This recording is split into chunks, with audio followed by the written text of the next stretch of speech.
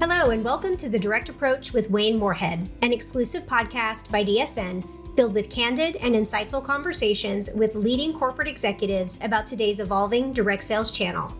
On this episode, Wayne talks with Marc Ashley, the president and COO of Market America Worldwide and Shop.com.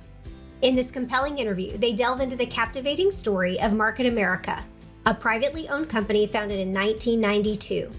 Market America's unique binary-based compensation model and its UnFranchise Business Owner community offer an extensive array of health, wellness, skincare, and beauty products. Marc and Wayne discuss various topics, including experiential learning, technology integration, fostering team collaboration, the significance of diversity in decision-making, the intricacies of succession planning, brand protection, the power of AI, and the reasons behind their decision to build a custom AI tool for their field. We know you'll enjoy this episode that's filled with business wisdom and inspiring stories. But before we begin, we have some exciting news about the upcoming DSU Fall event on Wednesday, October 11th and Thursday, October 12th in Irving, Texas. DSN is committed to bringing you the most relevant and engaging discussions and insights. And when it comes to the universal number one topic of interest, it's undeniably growth. We have scoured the market for growth superstars, companies of all stages and ages that have consistently excelled in recent years. And now they're taking center stage at the DSU Fall event to share what's working for them at our brand new Growth Strategies Workshop. The Growth Strategies Workshop is a bonus session at DSU where several speakers from the main stage, including Actives, New Image International, Jordan Essentials, Patry, PM International, Red Aspen, and more, will take a deeper dive into sharing growth strategies and learnings through individual presentations, panel discussions, and the opportunity for live Q&A. The workshop is exclusively available to all DSU attendees. The Growth Workshop will take place on Wednesday, October 11th from 5:30 p.m. to 7:30 p.m. Central Time after the general session. All you need to do is register for DSU at dsu2023.com and join more than 500 of your executive peers for this in-person opportunity to network, learn, and leave with a clear roadmap for 2024 and beyond. Now, please help me welcome your host, Wayne Moorhead, and today's guest, Marc Ashley, President and COO of Market America and Shop.com. Hello, everyone, and welcome to another episode of DSN's Direct Approach podcast. As always, I'm your host, Wayne Moorhead, and today's guest has been at the forefront of e-commerce since the very early days, and he's been recognized for his leadership and impact both inside and outside the direct selling channel. Currently, he oversees all global operations and growth initiatives, and under his leadership, the company has developed into an award-winning retail giant. I'm honored to welcome President and COO for Market America Worldwide and Shop.com, Marc Ashley. Marc, thank you so much for being here. Wayne, it's my pleasure. Thanks for inviting me. We've really been looking forward to these amazing insights. E-commerce is the way everything is moving. More and more of our interactions are shifting there. And if you look at the channel kind of as a whole, each of us are really, e-commerce companies because that's where the transactions are taking place. So excited to get your insights, your learnings, your thoughts on what's going on in the channel as it relates to this and hearing more of the story, which is an incredible one. Before we dig too deep, I'd love for you to just take a couple minutes if you can and share a little bit about the path that led you into direct selling and into Market America. Absolutely, Wayne. So we have to go back 31 years ago. So I'm going to date myself for a minute, even though it doesn't seem like it was 31 years ago. But my mentor was J.R. Ridinger.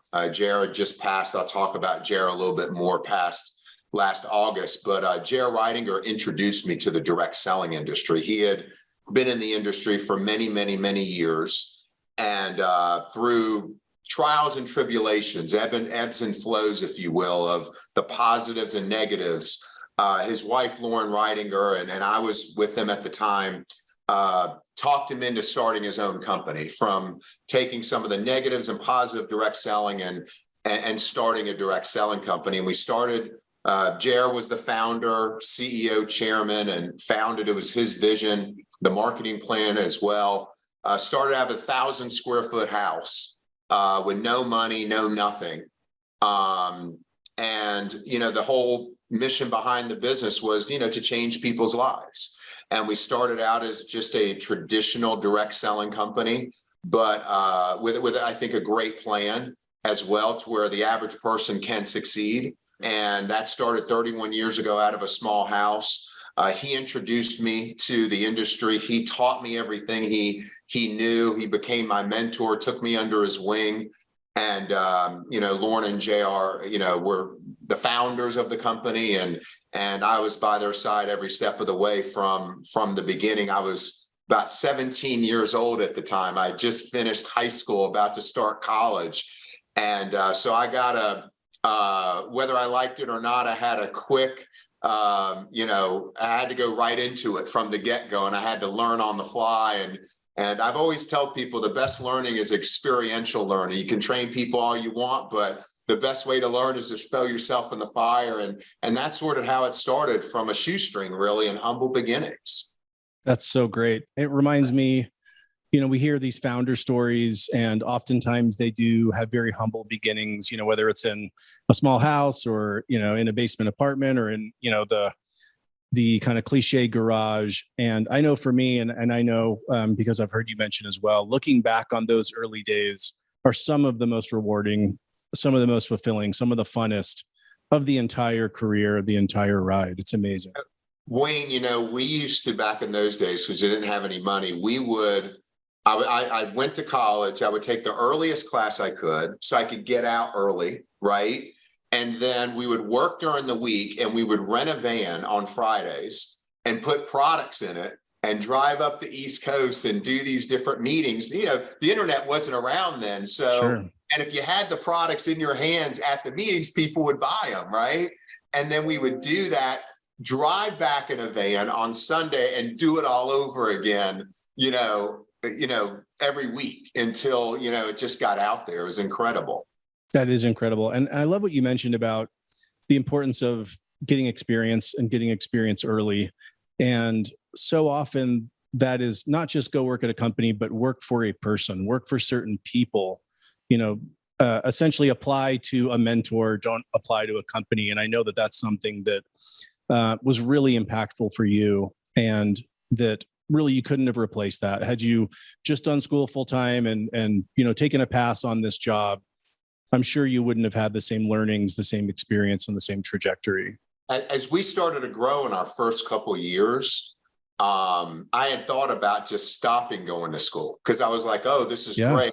But JR wouldn't let me. He was like, because at that point, they're like, who is this kid? Right. So it really taught me, like, I had to learn faster. I used to dress up in a suit every day, even though it wasn't a nice suit, because you have to build respect and credibility with people, because people are like, who is this kid?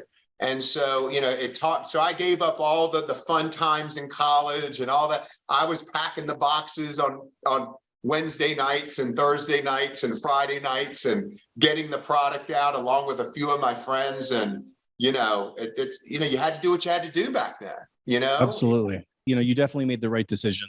Obviously. I got to tell you something funny, though, and I hope Stuart doesn't get me for this, but you're going to love this. Okay. But, JR is an icon in the industry, and true story, I'll let Stuart tell you, but Stuart, before Market America, JR was a successful distributor with several other companies. And one of the companies was a company that was based in North Carolina. And Stuart told me he was too young to go to the meetings, but he would sneak into the meetings that JR was doing the presentations on. Oh, that's great. I'll let him tell you that on a separate. I want to hear the story for sure. He used to sneak into the meetings that JR was doing the presentation because he wasn't old enough to get in. It's so amazing how many of the executives and the people that are currently in leadership at companies and throughout the channel did have access and mentoring from those incredible legends of direct selling in the past. So many people had that connection, and I'm just amazed how that's kind of passed down and passed on. Again, so many amazing people in this channel.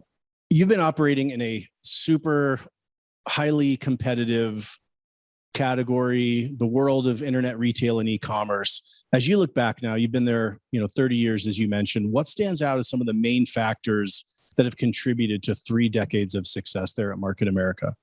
And I like to break things down simply because when I talk here, hopefully someone can get 1 or 2 things out of this that they can utilize in their organization, their company. But we started out 31 years ago, as I alluded to, traditional direct selling. There wasn't the internet, and there was that high touch, industry, one-on-one and everything like that, the way it was back then. And one of the things I think that we did really, really well is we started building technology when the internet came into play, but it wasn't our core business. And you have to know what you're good at and what you're not good at, right? And what we did I think it's been 17, 18 years ago. The older I get, the time, it's hard to figure out how long the time ago, but we bought a company called shop.com. And shop.com was based out of Monterey, California. And actually, we had worked with them because they were doing integration on our products on our website, as well as integrating other merchants on the website. And then one thing led to another, and we ended up buying shop.com. And this goes back 17, 18 years ago. And we felt like this is a perfect way to marry. And I think this is what we did really well. Instead of just being traditional e-commerce, we were able to marry this high touch industry of direct selling that's incredible, where we came from, with high tech. So you marry high tech with high touch, and it was a beautiful match. And so every one of our distributors, who we call UnFranchise owners, were armed and were given a shop.com website when they became a distributor. So instead of just going to an e-commerce website and you're dealing with the company, here you're dealing with a distributor who, it's a real person behind that website. So it might be shop.com/Mark, shop.com/Wayne. But there's that personal touch, that one-to-one relationship on top of the technology that's on the front end. And I think we're able to do a great job of marrying those 2 things together.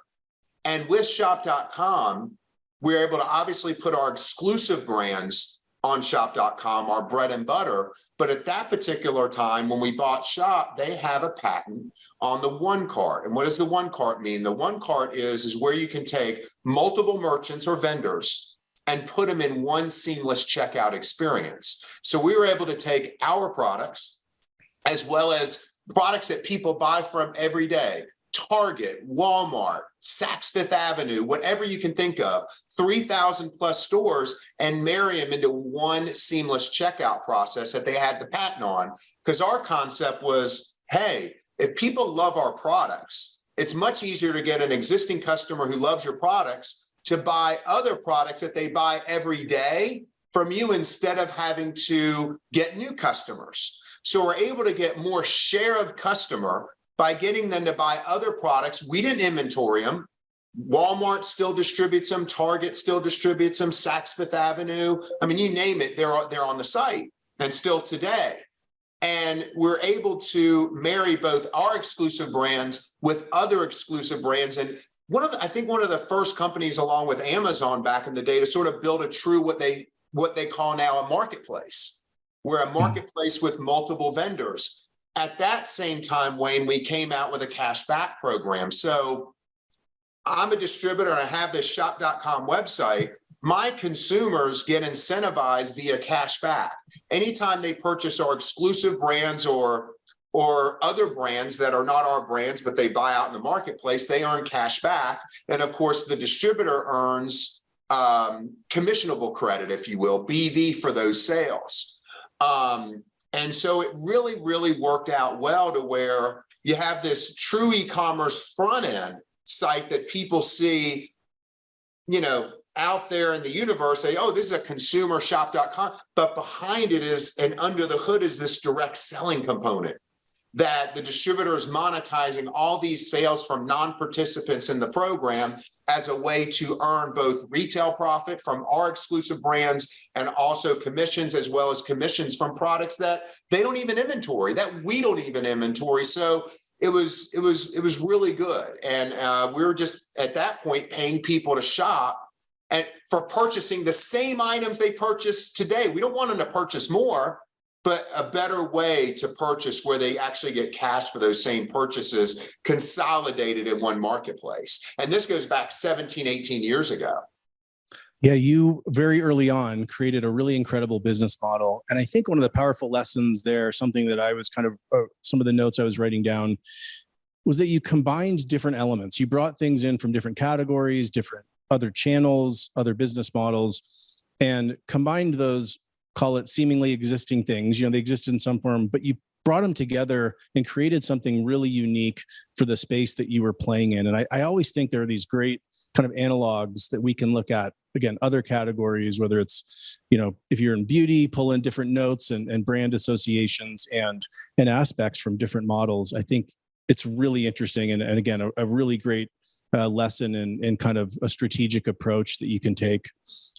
One of the things we talked about, you being there 30 years is incredible on its own, 30 plus now. Yeah. I was also so intrigued to hear that really that entire executive team had really come together and been there for 30 years.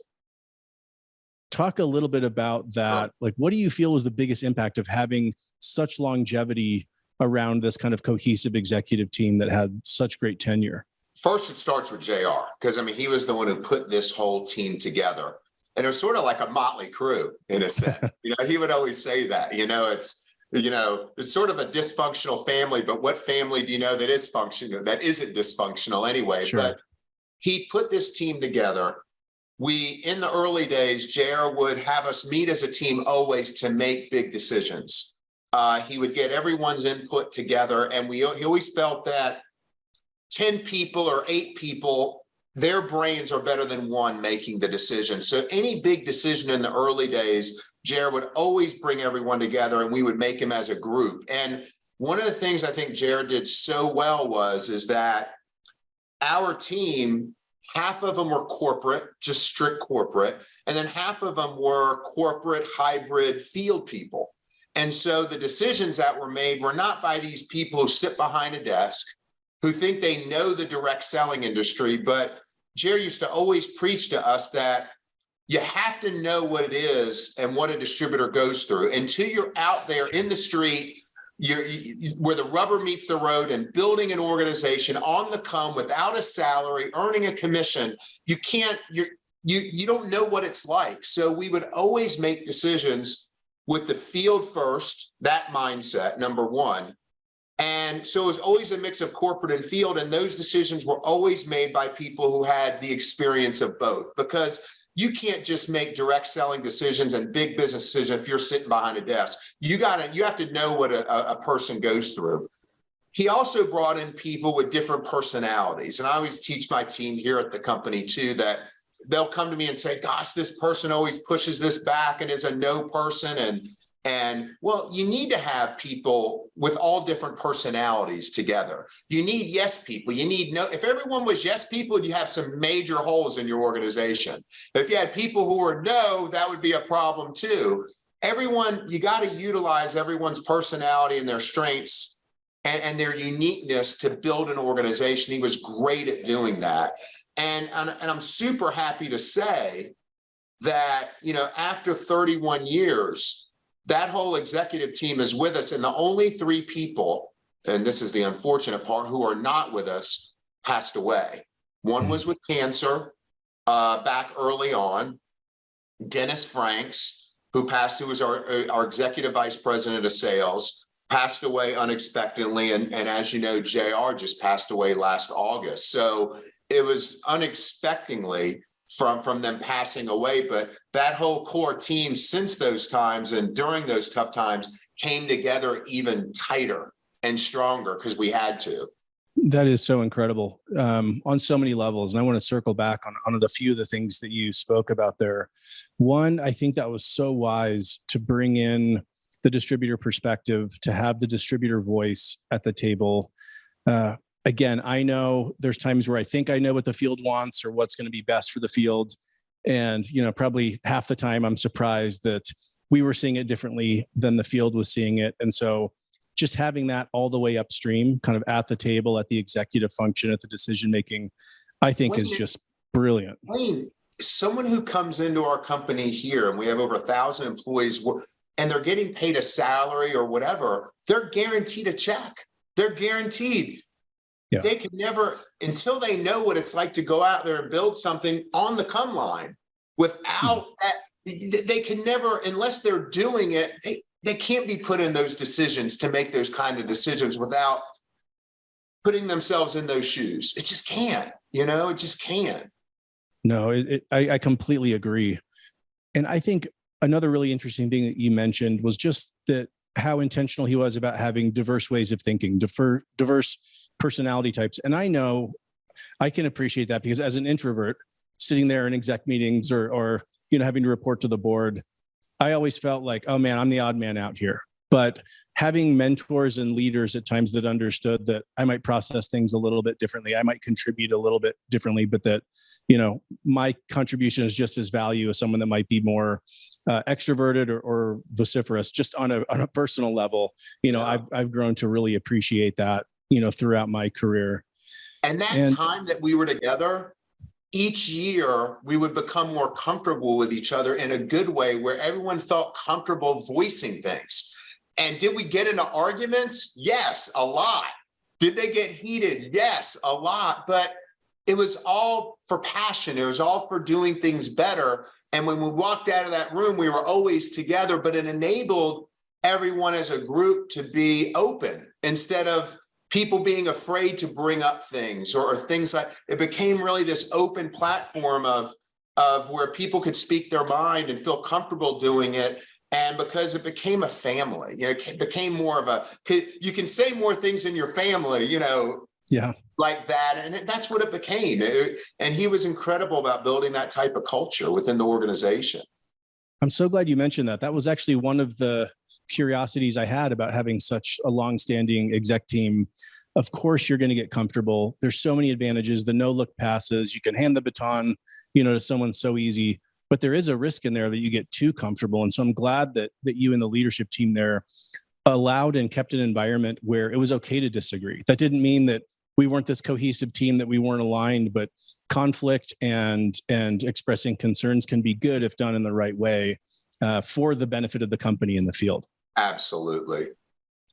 So you mentioned a couple passings, and again, I'm so sorry to hear about that. Was so sad to hear about JR last year. Oftentimes, to this point, companies don't really think about succession planning until they're forced to. And we've never really talked about this really on the podcast. So I'd love to get your thoughts on how the company approached it and how it handled kind of that transition in leadership. Because of course, there will be a transition in any company. At some point, there's going to be, for one reason or another, a transition from founder into kind of the rest of the the senior leadership there. And I would love your thoughts on how you approached it, what worked, maybe what didn't work, and some lessons you learned. 100%. And so in our case, Wayne, it was really tough because Dennis passed away. Dennis passed away in October of 21, unexpected, heart attack, unexpected, executive VP of sales, been with us for 30 years. Very successful in direct selling for years. And then less than a year later, unexpectedly, while we're on a trip together, JR passes away from a pulmonary embolism, literally less than 2 weeks, Wayne, after we celebrated our 30th annual convention. Like just boom. And so one of the things that I would tell people and tell companies is, as it relates to succession planning, it's later than you think. You've got to prepare early on. It's later than you think. So JR did a great, and the other thing is, and I read some things that when Steve Jobs passed away and things that you've got to document everything. And JR did a great job of documenting not just, how you do things, but why you do things. And we've got drawers and cases full of documents that he wrote throughout all the years, and we're able to carry on that vision that he started 31 years ago. And it's critical and I think even Tim Cook talked about this at Apple, is that one of the biggest holes when Steve Jobs left was taking what he knew and passing that through. And there were areas that weren't documented. Jared did a great job of documenting and writing everything out. So since his passing, Loren and myself and the team, we've been reading just all these different documents that he put together about how to show the business, why you show the business, why you do this. And it wasn't just this is how you do it. It's why, it's how, and so forth. And we've been passing that on and reading that stuff. And he just did also a great job of preparing us for it. You know, he wasn't a guy who said, do this because I told you to do it. It's like, here's why I need you to do this, and here's why it's going to make a difference. So, you know, and then we have a culture here of we want to promote people from within. We have a lot of people, who are just on the executive team, who have been here 25, 27 years and so forth. We have a very loyal UnFranchise base, distributor base out there as well. And actually, you know, it's been tough. To say it hasn't been tough, I don't even think Loren or myself have even had a chance to grieve at all. We've just sort of continued to just go straight. I still hear him in my head every day. You know, sometimes nice stuff, sometimes not so nice stuff but it's coaching. But he did a great, if I was to say the one key thing to do is to document everything that you can, because that leaves a gaping hole. And, you know, I just think he just did a great job of preparing us for it, even though we weren't prepared at this particular time because it was sudden. But you know, it's coming up on a year now, and it hasn't gotten even any easier. But luckily, he was great about laying out the vision for the next 5, 10, and we're just following that same blueprint. We're just following that same blueprint that he laid out. And so I just think everything comes from the top down, and it's got to come through the organization. He just did a great job of doing that, to where he made our job easier just to keep taking it forward, the vision that he had. And so I think that's really what's made a difference in our transition. It's not been easy, because it's not easy not having him here, but I think he'd be happy with what we're doing and how the company has continued to really thrive continuously going forward. That's really powerful. Thank you so much for sharing that. And there's an aspect that I didn't really think about until you mentioned it. As a new leader comes in and is transitioning, my guess is they're going to be focused very much on the how. How do I keep the trains running on time? How do I keep products going out the door? I got to pay commissions. But it probably would be easy to neglect the why, or maybe forget the why. Somebody did something. And again, that's one of the advantages of having somebody like you and an executive team with long tenure, is the why doesn't get lost. And I've been at companies when the why gets lost, the way gets lost. Oh. And I've been around when there's been a couple significant transitions. One went way more smoothly. Again, I'm kind of reflecting now as we're speaking, because the why was so at the forefront. And the one that didn't was because it was a completely new group. There really had been no connectivity back to the why. And the company, I mean, it felt lost. I think it felt lost for a long time until they refound that why. 100%. If you don't know your why, there's no reason to be on this existence, you know, and Sure. You need to know what are you here for? What is your being? He did an incredible job of the why was the biggest thing. Without the why, nothing else comes into play. So we've been able to carry that on in his honor, and still do to this day. I love that. That definitely speaks a lot to your leadership style, to the rest of the executive team there, that you're really remembering and keeping the why and the legacy alive there. So as you've learned lessons from this experience, and I'm sure the whole concept of succession planning is more acute there than it probably ever has been before. How deep do you think that succession planning should go? Like, how far into the organization, how far ahead should you try to plan? Any thoughts around kind of more the logistics of that? We do it in all of the different divisions.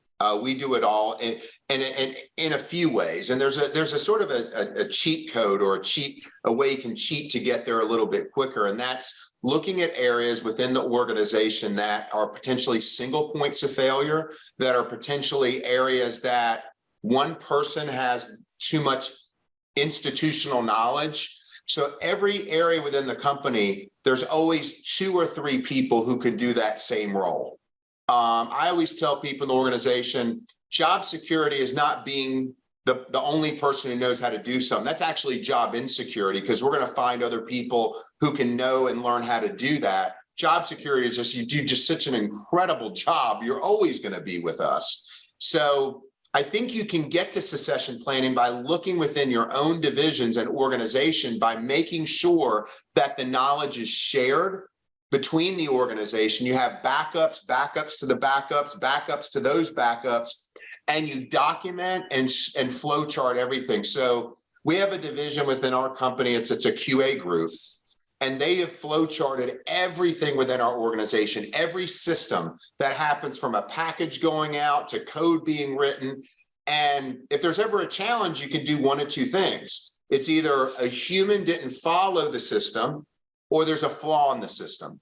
And we've always lived by that motto, and we audit behind. They sit with different staff members daily, making sure they understand. So I think there's a way you can cheat to get to succession planning, by making sure you have within your organizations multiple people who can do the same role, by cross-training and double backing behind them. And if something happens, you're covered in that scenario.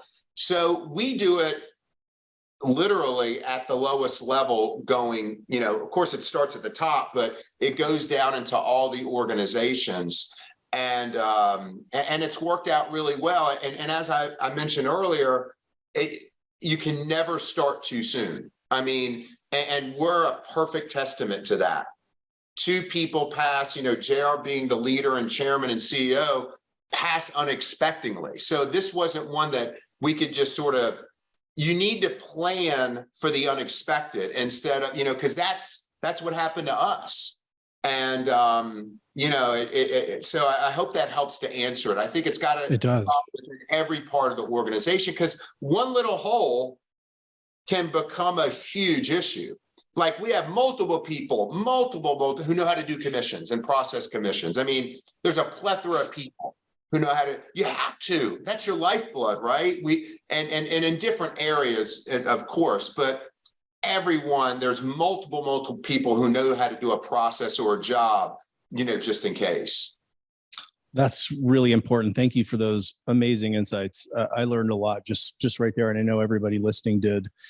I love that you focus on not just a few key leadership positions, but have really broken down the processes of the entire organization, and that you have a group that's part of their responsibility, that's dedicated to continually mapping and updating, because something that may seem, somewhat maybe from an organizational standpoint, not as significant of a role, but could hold the keys to just the business's day-to-day operation continuing, the ability to pay commissions, the ability to contact certain members. There are these, key aspects of our businesses that maybe we don't think about as much day to day, but can really disrupt if there ends up being a gap there. So thank you for that. Yeah. Now, a word from our premier supplier sponsors. DSN is honored to be supported by industry suppliers that partner with companies across the channel to help enhance, streamline, and grow your businesses. Constant innovation and stability are the keys to Gen Con's 5th decade of success in the direct selling industry. Gen Con's newest digital solutions are Jot Live Shopping and Jot Affiliate Manager.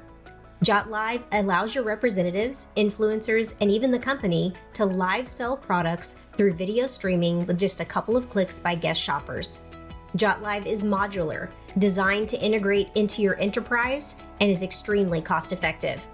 The Jot Affiliate Manager allows you to reward your retail customers for socially sharing their excitement for your products while ensuring your sales organization still receives their commissions. Visit gencon.com for more information and to schedule a discovery call today. That's JENKON.com. This episode is also sponsored by QuickBox. Are you a part of a brand that is looking for a hassle-free and efficient way to handle your order fulfillment? Look no further than QuickBox. QuickBox is the ultimate solution for all of your fulfillment needs. With their state-of-the-art technology and lightning-fast service, QuickBox ensures that your orders are processed, packed, and shipped accurately and on time, every time. Say goodbye to fulfillment headaches and say hello to QuickBox. Visit quickbox.com for more information. That's QUICKBOX.com and experience the fulfillment revolution today. Now, let's get back to the interview with Marc Ashley. So shifting a little bit outside of succession planning into kind of the channel and this kind of omni-channel that you live in and have lived in for so long, customers today are continuing to kind of blur and erase those historically bright lines that separated all the different sales channels that we were all familiar with. And we are as consumers demanding to buy products how, when, where we want. Can you talk a little bit about this omni-channel approach you take and the importance of, I know you've talked about, I heard you talk about at DSU the last time you spoke, the importance of meeting customers on the platforms where they already are, not changing behavior, but engaging at that point. Can you share your thoughts on that? Yeah, and I'm always fully transparent. Hopefully people who are listening can get something out of this. But originally, when we were we still are shop.com. Originally, when it was just shop.com, and we focused strictly on driving new consumers to shop.com, and we would pass those on to our distributors to take care of. So we focused on organic Google search, Google AdWords, so we controlled that space on Google, reputation management, all those things. And then just serendipitously, we didn't plan this, as Amazon started growing and eBay started growing, we had an army of people in compliance they were playing whack-a-mole, trying to take down unauthorized sellers. And what was happening was two things. It affected the brand because people would go on there, unauthorized sellers, and sell products that have dents in them, that have scratches in them, and it affects the brand. But then, even worse, distributors were losing customers. So Wayne would be my customer, and then all of a sudden, Wayne goes MIA. Like, I just don't know where he went. He was buying my products, and then before you know it, he didn't. Well, come to find out, they were going to other platforms. So we decided as a company, we said, we can't keep playing whack-a-mole. We take two off, another one comes back on. They're still hurting the brand. They're taking away customers from distributors. We decided to meet it head on. The first thing we did is we talked to the field force. That was the first thing before we did anything, and said, look, here's the challenge. We know that you're frustrated. I mean, it can demoralize a distributor because they're trying to sell products and they're just losing customers. We met with them and said, we've got to attack this head on.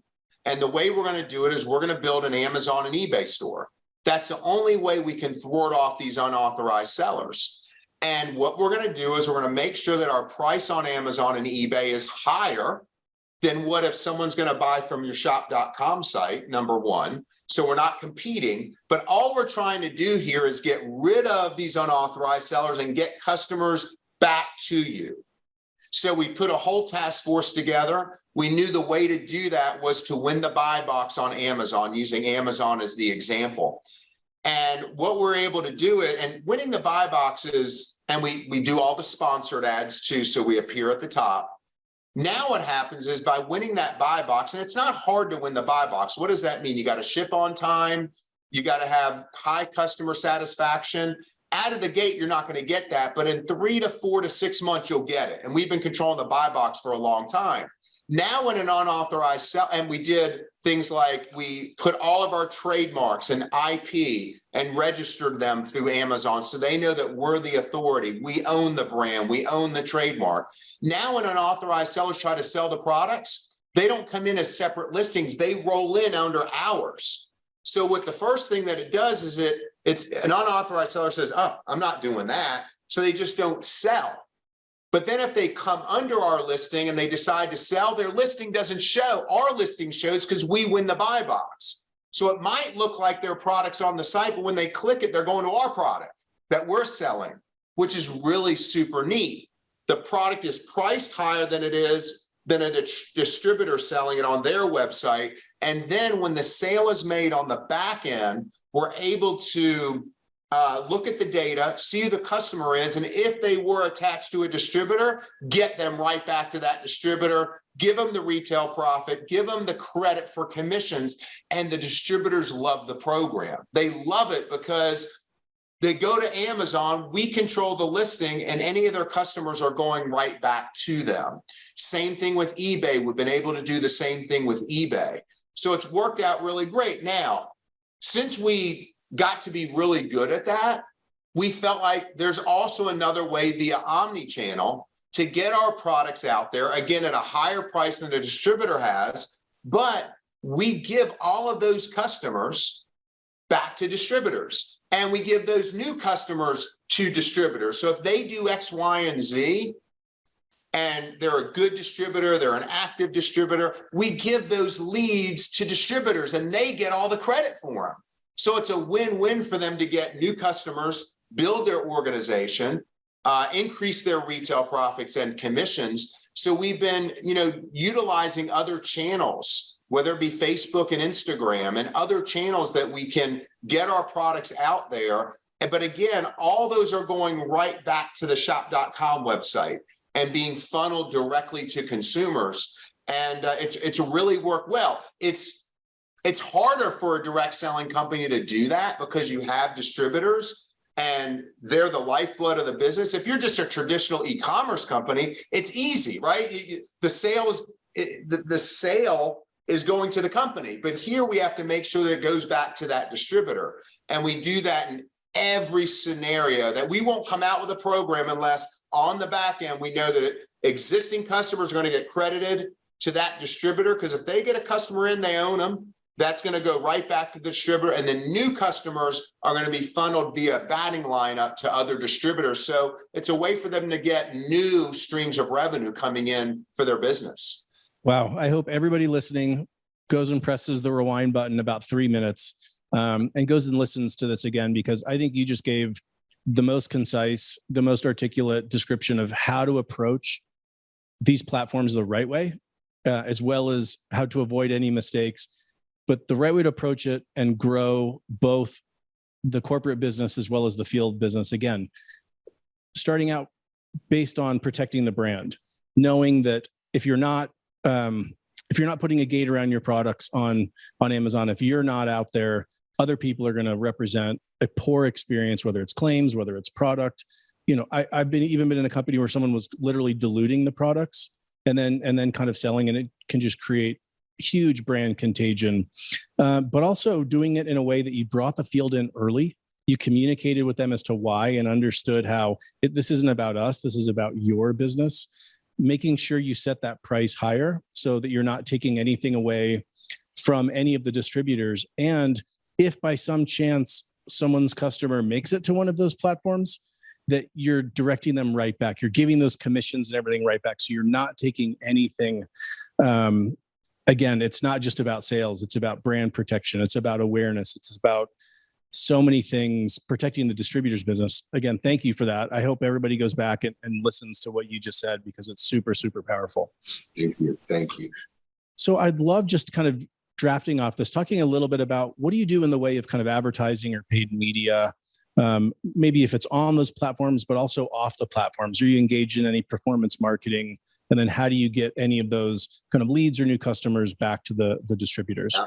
So we do some retargeting. We do retargeting, which has worked really well. And we're able to do that retargeting through consumers who have come on the site. We do Facebook and Instagram advertising. We have been using micro influencers as well to promote the product, because that's been really good too. So we're really testing out all different, we take this approach as this e-commerce company. Well, we're a direct selling company first and foremost, but we're trying to utilize all these e-commerce channels, like we said, Amazon, and we stumbled on it. We never planned to do it until this whole Amazon thing came up, but with Amazon, eBay, Facebook, Instagram, other social media and social commerce aspects. One of the things that we're working right now on is a program to help train our distributors on how they can sell more products. We're working on building a platform, a social commerce platform that they can do their own videos. Right now, we have a Shop Live platform where they can actually do live streams and sell products on it.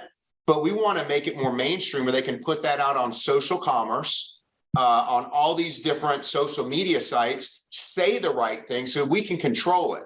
You know, these are the things you can say, these are the things you can't say, and so forth and so on. So that's a big rock for this company, is training our field force on how to utilize social media to sell more product, just like other companies are, but they get the incentive here of getting retail profit and, of course, override commissions. So we're looking at all different channels in which to do that with. We do the same thing in some of our Asia markets, where you have companies like Lazada, which are marketplaces, Shopee, which is a marketplace, where you'll find some of the same things going on with unauthorized sellers. We do the same thing that's worked well with Amazon and eBay in those markets. The problem is in those markets, Wayne, is that they still take that same stance that we're just a conduit. We don't need to put all these things in places for companies like Amazon did in the beginning, but then Amazon put these protections in. They'll come around as they get more pressure to do so, because merchants are going to say, I'm not touching your platform unless you give us protections on our brand. So we're looking at all different avenues. But again, the first and foremost thinking is we go through all this testing and proof of concept to make sure that every one of these customers are always led back to the distributor, always led back to the distributor. If they're a new customer, they're led to a distributor via lead generation, batting rotation program. It's just a way of moving products and services and incentivizing our distributors. That's fascinating. With the retargeting, the performance marketing, did you have to have kind of the similar conversation with the field around that, saying, look, we're not capturing these and bringing them in and taking the commissions for us? Absolutely. All of it, because that's first and foremost. That's first and foremost. Just the same way that we're very vigilant about, selling our products in stores. Our policy is you have to do 51 of your sales have to be a service in order to have a product in a particular retail establishment. So that's like, what is that? A spa, a gym, those kind of places. If our products are seen on any shelves, we go attack it, make sure that they get off of there and so forth. So we've been super vigilant about keeping our core in place, knowing that this business is, look, I tell people who don't know much about direct selling is just another way of moving products and services to people. We just decided to do it via independent distributors instead of out there in the retail marketplace and retail shelves. And that is the core of our business. That'll never change, even though you got all these other channels out there. But the whole thing is making sure that they're incentivized for all of these, non-participants and customers, buying product. It's another way of moving products and services. Absolutely. I love that perspective and the approach that you're taking. And back to kind of the point earlier, these are more and more ways you're pulling in things from other channels, from other industries, from other business models, and creating something really cool that I know in a few minutes I kind of want to get a little bit deeper on. But I love that you're kind of creating this blend of direct selling and direct to consumer. I think it's really powerful. Talk is another one that we're, I have a whole group now that just focuses on that. I never thought I would have a group that focuses on selling products on these sites that go back to distributors. But we've had to bring in a whole new group of people who have experience in those areas that I never thought we'd have to do before. But it's been great. I mean, we're learning all the time. And are you bringing those people, there's not one kind of right way or wrong way, but are you bringing those people into corporate, or are they agencies? Okay. Yes. And so far we've brought the people into corporate, but we're also at the same time looking at agencies as well who specialize in those areas. We've been pretty good about bringing some of that knowledge set in-house, and they know how to do those things. but we're also always looking at agencies too, 100%. Sure. And you said something I think also really important. Somebody with knowledge internal that can manage the agencies. A lot of times if you don't have that expertise internally, occasionally an agency can kind of walk all over you or maybe not give you the attention that you deserve. And the other part about that too is if we can internalize it, Wayne, it enables us, because these agencies are going to take money. They typically want a rev share. So what does that mean is that's got to come from somewhere. So we're feeding all these new customers over. It might eat into potentially the retail profit of a distributor. You know what I mean? We never affect the BV or the commission, but, some of those costs, have to be offset somewhere. We'll eat some of it. And so that's why we try to stay away from the agencies. But if they can give us more traction, we'll definitely look at them. Yeah, no, that's great. So kind of shifting again into something that we're all reading about every day, we're seeing news reports every day, we're experiencing every day, is the impact around AI, ChatGPT, that it's having on all of us, not just from a business standpoint, but kind of our lives in general. Can you share a little bit about how you're using this to kind of interact with the field and help the field grow sales? Yes. And it's funny you bring it up because just this past Friday, we had a full all-day summit meeting on ChatGPT AI at our company. And so one of the things that we're doing it both internally and externally, but for the field is we're creating and utilizing AI and building a program within their back office, which is called UnFranchise.com. It's their back office that they do all their business. They order, they check their sales and reports. We're building building AI within their back office. And what it's going to enable them to do is get any questions answered. And the great thing I love about this, it's a private chat, right? It's a private AI that's specific to marketamericashop.com. It's going to enable distributors to ask questions, pull up resources about products. If they want to get special questions answered, all that stuff's going to be loaded with Market America centric content. The other thing that it's going to enable them to do is if they want to put out a social media post on one of our products, it'll write those posts for them. Now, of course, they need to edit those and review them, but I don't know if anyone's ever used ChatGPT. I mean, the stuff that I asked for hey, write me a post on this. It's like, wow, I still got to edit it, but the time it saved me from having to do it is unbelievable. So in this program, and we're launching it at our convention, which is the end of August, we're doing a breakout session, a general session on stage, and we have a booth set up where people can try it. But it's going to be a specific, it's AI built for the distributor, loaded in with our 31 years of data that, again, they can get, it's a chat bot that they can get questions and answers done. Social media posts centric to Market America, our products, product information that they want to bring up at their fingertips. The ability to, we're also going to train them on how to make videos and all these kind of social media posts. Again, all it's going to do is speed up the delivery for them of what they need to do. Because I got to tell you, every time I write into the stuff that comes back is unbelievable. So we're building this specific artificial intelligence that's distributor centric, loaded with 31 years of data that they'll be able to access. I think that's going to be great for them. How do I ask this question? And we're going to put all the old 31 years of information from JR and everybody in there that they can just readily available get these responses and information. At the same time, though, we're also integrating it within our internal organization. I tell our staff here, artificial intelligence, and for us, is not going to replace people, but what it's going to do is enable us to turn things around a lot faster. Social media posts that we need to write, even it's not gotten there, but if an attorney's got to write a brief, they can put information in there to at least get them out of the gate fast. Sometimes the hardest thing about writing, it's like a horse, is getting out of the gate. This lets you get out of there and really just sort of edit this stuff and look at it. But we're integrating it within our call centers for training people. We're integrating within our marketing teams for social media. We're integrating within our multimedia video division because you can make videos so easy now utilizing this, even though, again, you still got to have the human intervention of making it better. At least it's a way to get out of the gate. I mean, we're even using it for some programming languages. So we're actually, it'll write code. It'll write code for you again that you got to edit it. But I talk to my developers all the time, and it's really good.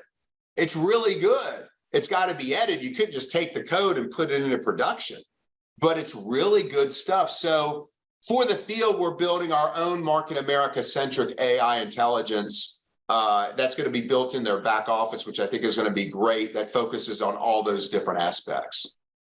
I love how broadly you're looking at this new technology, how you're implementing it, the various departments that you're looking at integrating it. You know, it's amazing just in the last 6 months where this has gone. And so if you've read your first article 6 months ago and you're not doing something, you're not implementing it in some way into your business, into your life, you're behind. So I'd say that to everybody listening, please start, even if it's just for a hobby, start messing around with some of this, learning some of its capabilities. I know at DSU, we're going to be hearing more about this, but you're definitely one of the companies that I think have looked at it most holistically and are integrating it in some really cool ways. You know, it's funny, Wayne, a lot of my friends, they come to me and say, where was this when we were in school? For sure. I probably shouldn't even say that, but they're like, or if they're working on if they're helping their son or daughter with something, it's like, God, this is great. You know, I mean, yeah, it's going to let me off the hook when my 15-year-old comes to me with math problems. I just send her over. I'm like, go figure it out because I can't do it. So exactly. I think this illustrates one of the questions I wanted to circle back with you on. So what we've talked about, whether it's TikTok, AI and ChatGPT, retargeting, performance marketing, there's so many shifts that have happened just in the last few years. It's been so recent. I'm curious, as you've been kind of implementing and really combining these into something new, how you see direct selling 5 years from now. Again, you've put a lot of this into practice, things that maybe traditionally many of us haven't been able to yet because we're still kind of winning over the field or helping to communicate with the field. Where do you see this kind of blending of channels going for direct selling in the next 5 years? Okay, so I see all that come into play without it, because we're in it already. All those things I talked about. And I think all of that leads into, and DSU's done such a great job of educating people in the studies with Heather and the team, is direct selling companies need to consider the changing ways of people around the world. And this goes into the affiliate program, whatever they want to call it. But all these things have to appeal to a gig economy. And it's just got people right now are looking, and you guys have done such a great job of this, and we're focused on this, but they appeal to AI, they appeal to social media, they appeal to social commerce and all these different things. I think it all comes together in appealing to this new class of people who want to work on their own time, who need to get an extra $200 to $450 a month because they can't meet rent. Those are the people that we're focused on right now. And I think all these tools appeal to those people. And being able to come out with a program that appeals to this group. It's funny when other direct sales companies are talking about affiliate marketing. I got confused because we've been doing affiliate marketing on Shop for 17, 18 years. I'm like, are they talking about the program like that? No, but they're talking about this gig economy. And I think that companies need to really make sure that they appeal to this group, but without affecting their distributor sales force. And one of the ways that we're doing it is we feel like we offer people a great opportunity, if you will, to be able to earn daily money that people need to without having to drive Uber cars. At the end of the day, when you drive an Uber, if you don't get a tip, you still got to pay for the gas. You still have the wear and tear on the vehicle. You still got to pay the insurance, and it's still work. You're driving your own vehicle. Same with DoorDash, Instacart. It takes a lot of time to get in your vehicle, go to the grocery store, pull out these things. I think direct selling needs to think about ways that they can appeal to that group in a way that makes sense that makes it viable for them to do this while they continue to build. Because I think we hold the cookie in this, because if there's a way you can show them that they can earn retail profit through e-commerce, through omni-channel, without having to drive a vehicle, you could actually make money while you're sleeping instead of driving a car, while you're building an ongoing supplemental income. It's the best of both worlds. And, one of the things that JR told me from the beginning when I was 17, it took me a while to get there and understand it because I was so young, was he goes, Mark, make sure whatever you do, this is before Market America, make sure that the time you spend pays you for the rest of your life. And I was like, whoa, what does that mean? And he always used to say, make sure that if you work 4 hours a day, that 4 hours is going to build something forever. Supplemental income, right? Forever, instead of just working 4 hours and getting paid for 4 hours. And I think that direct selling offers that opportunity to be able to spend 4 hours a day, but getting that instant gratification through the sales of products electronically, through the internet, through social commerce, while they can build an ongoing supplemental income. So I think it's going to be critically important to adapt to that new culture, who aren't looking to make hundreds of thousands of dollars. They just need to make the rent. They just need to pay the bills. And that's our biggest priority, is doing that. We're not calling ours an affiliate program. And that's just us, though. That's just Market America. But I think appealing to that group with all of these tools, the omni-channel we talked about, AI, showing them that there's a better way instead of driving a vehicle, instead of working at TaskRabbit. And, you're still working, you're still having to work for that. It's just a different way. I think that's what's going to happen in the next 5 years. And I think the companies that do it the right way, and they've got to really think about what the right way is, because it can't affect the core of their business. I think we've been able to, and we've had so many summit meetings about this, I think we've come up with a way to where we can do this as what this new person wants to do, this little side hustle, to where they can do this, they can earn cash for selling products and services to non-participants. And then later on, if they want, they become a distributor, or they can do both. Whatever they want to do, I think that's got to be a big focus now, because we're just dealing, and again, I've said it a million times, but DSU has done a great job of educating companies on this, but each company is unique in how it's orchestrated and how their marketing plan works and how all of that works. That it's got to be, I don't think one size fits all. I think it depends on the organization, but in my opinion, it's got to be part of that direct selling organization. And look, this is another way for distributors to earn extra retail profit by getting people on these kind of programs to earn instant gratification cash for selling products and services. So you guys have done a great look. When I go to your events, and I don't want to, I sound like a sounding horn or promote. I got to tell you something. When I went to that last event you guys did in Frisco, it was incredible, enlightening. I was able to take things back to our company. And you guys are at the forefront with AI, with the gig economy, with all these things that you talk about. I think that you guys are setting the example for what companies need to do. I truly believe it. And if I think if companies don't change what they're going to do, they're going to be left by the wayside, unfortunately, because our world is different today than it was 10 years ago, than it was 5 years ago. We got to adapt to it, whether we like it or not.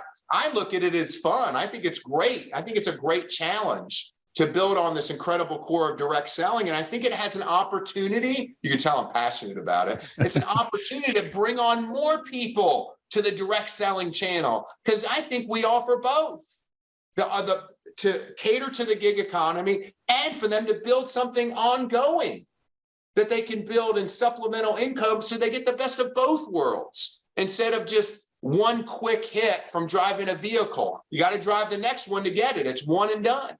So I think that we have the opportunity as a direct selling company, as you can tell, I'm passionate about the model, and I love it. That it could be colossal to the industry. Industry can go from 80 billion to, double in size if it does it the right way, because I think it offers a better opportunity for people who want to get into that space. Sorry, I was long-winded. No, that was incredible. That was honestly my favorite part of our discussion thus far. And it's so perfect that that's kind of where I want to end on. I think that's so powerful. I want that ringing in our ears and kind of echoing bouncing around in our brains for the next couple hours. I share your sentiments. This is a really exciting time. It's going to take us all shifting and adapting to today's distributors, today's consumers, today's technologies. But the opportunity there is truly incredible, I think, for all of us. Hopefully people go back and listen to even just your closing again there as well. Thank you for talking about DSU. Go ahead. Please. I'm sorry. Companies need to look at this as not as a challenge, but an opportunity, like you said. It's a positive thing. Here's a way to get more people exposed to direct selling. A new consumer, a new person that is out there that is looking for this side hustle, as they call it. So I look at it as an opportunity, not a problem or a challenge. I think it's a great thing. Yeah, I agree. Thank you for sharing that and putting a fine point on that. You mentioned DSU. You're going to be speaking at DSU, which is this October 11th and 12th. You're going to be on a leadership panel. So everyone I know is going to want to hear more. Make sure you register at dsu2023.com. I always look forward to hearing you speak. This has been incredible for me. Thank you for sharing these insights. And thank you for the example that you've set on this changing landscape and how certain things can work while we still support and build our distributors' businesses simultaneously. Thanks for all you do. Thanks for the incredible example that Market America has been to all of us on the channel. And I look forward to seeing you in October. Same here, Wayne. My pleasure. And thank you so much for having me today. Thank you for tuning in. Please take a minute to give a 5-star rating and review to help Direct Approach continue to provide candid interviews and insights for direct selling corporate executives. And register today for DSU at dsu2023.com to take advantage of the incredible content and networking opportunities on October 11th and 12th at the Fall 2023 event in Irving, Texas. Thank you for listening and supporting DSN and the Direct Approach podcast.